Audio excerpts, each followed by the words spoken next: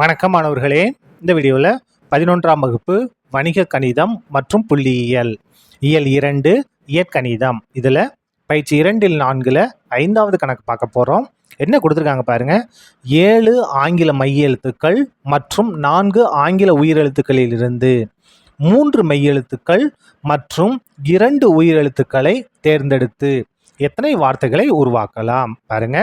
மொத்தம் 7 மெய்யெழுத்துக்கள் இருந்து 3 மெய்யெழுத்துக்கள் நம்ம என்ன செய்யணும், தேர்ந்தெடுக்கணும். அதே மாதிரி 4 உயிரெழுத்துக்கள் இருந்து 2 உயிரெழுத்துக்களை தேர்ந்தெடுத்து நம்ம எத்தனை வார்த்தைகளை உருவாக்க முடியும்னு கேட்டிருக்காங்க. அதான் நம்ம கண்டுபிடிக்க போகிறோம். இப்போ பாருங்க, தேவையான வார்த்தைகள் எண்ணிக்கை, அதாவது நம்ம உருவாக்கக்கூடிய வார்த்தைகள் எண்ணிக்கை. மெய்யெழுத்துக்கள் எத்தனை? 7. 7லேருந்து எத்தனை தேர்ந்தெடுக்கிறோம்? 3 தேர்ந்தெடுக்கிறோம். அப்போ 7C3. அதுக்கடுத்து பெருக்கல், இந்த 5 சேர்ந்தது தான் ஒரு இது. அதுக்கடுத்து பாருங்க, மொத்தம் உயிரெழுத்துக்கள் 4, அதாவது 4. அந்த 4லேருந்து நம்ம என்ன செய்ய போகிறோம்? 2 எடுக்க போகிறோம். 4C2. இதுதான் நம்ம தேர்ந்தெடுக்கக்கூடிய வார்த்தைகள். இப்போ பாருங்க, நம்ம என்ன செஞ்சுருக்கோம்னா மொத்தம் மெய்யெழுத்துக்கள் 3 எடுத்திருக்கோம், உயிர் எழுத்துக்கள் 2 எடுத்திருக்கோம். மொத்தம் எத்தனை எழுத்துக்கள்? 5 எழுத்துக்கள். அப்போ இந்த 5 எழுத்துக்களை நாங்கள் எங்கேனாலும் எப்படினாலும் மாற்றி மாற்றி எழுதலாம். எங்கேனாலும் எப்படினாலும் மாற்றி மாற்றி எழுதலாம்.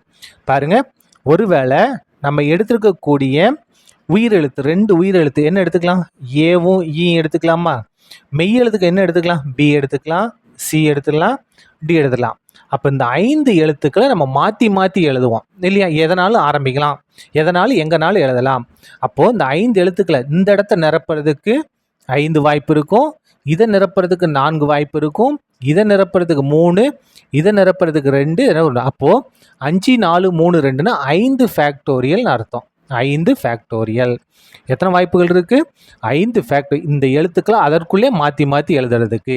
இப்போ பாருங்கள், இது சுருக்கிடலாமா? 7C3ன்னா 7ல் ஆரம்பித்து 3 இலக்கம் இறங்கு வரிசையில், 7ல் ஆரம்பித்து 3 இலக்கம். அப்போ 7 6 5 முடிஞ்சுதா? பை 3 இருக்கிறதுனால 3 பெருக்கல் 2 பெருக்கல் 1 பெருக்கல் 4C2னா 4ல் ஆரம்பித்து 2 இலக்கம் இறங்கு வரிசையில், 4 3 2 இருக்கா? அப்போ 2 பெருக்கல் 1 பெருக்கல் 5 ஃபேக்டர் என்னங்க போட்டு காமிச்சா 5 4 3 2 1 தான். நீங்கள் அப்படியே எழுதிக்கிட்டாலும் சரி, அப்படி இல்லைனா 5 பெருக்கல் 4 பெருக்கல் 3 பெருக்கல் 2 பெருக்கல் 1. நீங்கள் இந்த இடத்துல 5 ஃபேக்டர் போடுறதுக்கு பதிலாக இந்த மாதிரி எழுதினாலும் சரிதான். 5 4 3 2 1ன்னு எழுதினாலும் சரிதான். இப்போ பாருங்க, ஈக்குவல் டு, இதை கேன்சல் பண்ணலாமா? 2 2 2 6, இந்த 3 கேன்சல். அப்போ இங்கே 7 இருக்குது, 5 இருக்குது. 7 5 பெருக்குனா 35 பெருக்கல், இதை கேன்சல் பண்ணுங்கள். 2 2 2 2 4, இங்கே 2 இருக்குது, இங்கே 3 இருக்குது. 2 3 6 பெருக்கல், இதை பெருக்கிடலாமா? 5 20, 20 3 பெருக்குனா 60, 60 2 பெருக்குனா 120, 120. இப்போ பாருங்க, இப்போ நம்ம எதை பெருக்க போகிறோம்? 35ஐயும் 6ஐயும் பெருக்கணும். 35 பெருக்கல் 6 என்ன வரும் பாருங்க? 6 5 30, 30 0 மிச்சம் 3, 6 3 18, 21 210 இல்லையா? 210ஐயும் 120ஐயும் பெருக்க போகிறோம். என்ன செஞ்சுக்கலாம்? 21 12 பெருக்கி கடைசியில் இந்த 2 0 சேர்த்துக்கலாம். முதல்ல 12 கொண்டு பெருக்குங்க, 2 எடுத்து பெருங்க. 2 1 2, 2 2 4, 1 கொண்டு பெருங்க. 1 1, 1 2 2 கூட்டிடுங்க.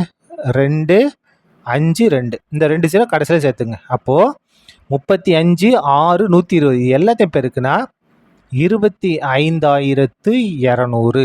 25,200, 25,200 வார்த்தைகளை நம்ம என்ன செய்யலாம்? உருவாக்கலாம்.